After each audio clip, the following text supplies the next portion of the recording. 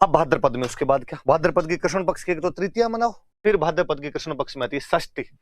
कृष्ण पक्ष मैंने कल बता ही दिया था शायद, है ना?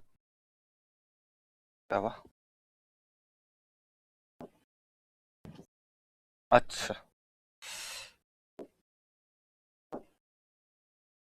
डायरेक्ट फोर्टनाइट,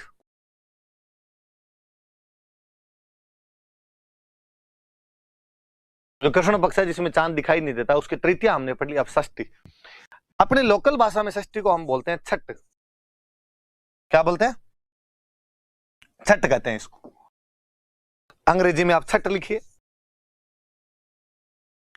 या आप चाहो तो इसको सिक्स्थ डे लिख सकते हैं, जो भला लगे वो लिख लो अपने। षष्ठी या छठ, छठा दिन है कुल मिला के बात ही। दो चीज होती है, एक तो अपने बोलते हैं इसको ऊब छठ,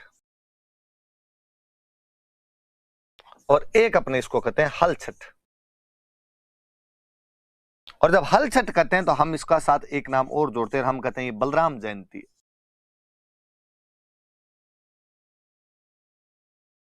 बलराम जयंती है, हल छठ है। मैं नीचे वाले से वापस लेता हूं। भाद्रपद की कृष्ण पक्ष की जो षष्ठी है उसको हम हल छठ बोलते हैं, बलराम जयंती मानते हैं। भगवान कृष्ण के भैया थे बलराम जी, ये उनका बर्थडे है।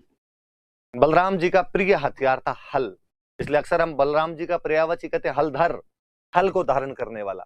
इसलिए बलराम जी की जयंती है तो पूजा किसकी करो? तो हल की पूजा की। और जिस छठ पे हल की पूजा की जाए वो हल छठ हो जाएगी अपने आप। तो हल छठ बलराम जयंती होती है, ये भाद्रपद कृष्ण षष्ठी होती है। एक फिर अपने पश्चिमी राजस्थान का साइड का एक व्रत है उबो, मारवाड़ी भाषा में उबो मतलब खड़ा, लड़कियां खड़ी खड़ी व्रत करती है, इसलिए उब छठ हो गई। कि बाकी व्रत जो है उन व्रत के अंदर तो आप केवल खाना नहीं खाना आपको, और चांद देखने के बाद में खाना खाना। इस बार एक शर्त आपने और जोड़ी साथ में, और आपने कहा कि साथ में खड़ा भी रहना, और खड़े रहते हुए व्रत करना है, और शाम को चांद को देख के खाना खाना है। लड़कियां खड़ी खड़ी व्रत करती है, इसलिए इसका नाम क्या पड़ गया? ऊब छठ।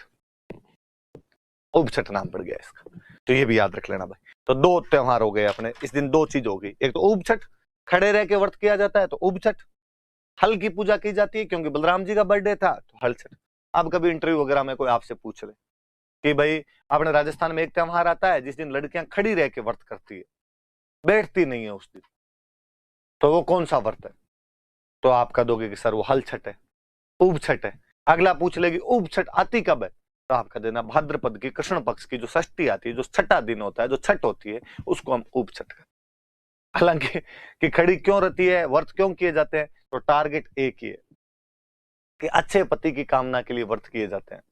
मुझे लगता है यार लड़कियां खूब ही करती है कि खड़ी रहती है, व्रत करती है, खाना नहीं खाती है, टारगेट एक मत, लक्ष्य पे पूरा ध्यान कि अच्छे पति की कामना के लिए किया जाए। पर वो कितने खड़े रहो, कितने खाना नहीं खाओ, मिलने तो वो कि वो भूमि है, तो क्यों फालतू में खड़ा रह जाए, क्यों ये सब किया जाए?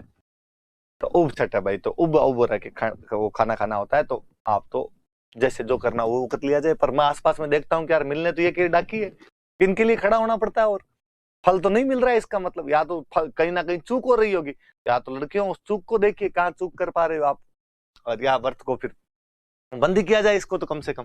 तो हल छठ या उप छठ, ये ध्यान रखना कि ये बलराम जयंती होती है, हल की पूजा करते हैं। प्लग जो होता है, हल जो होता है, उसकी पूजा की जाती है,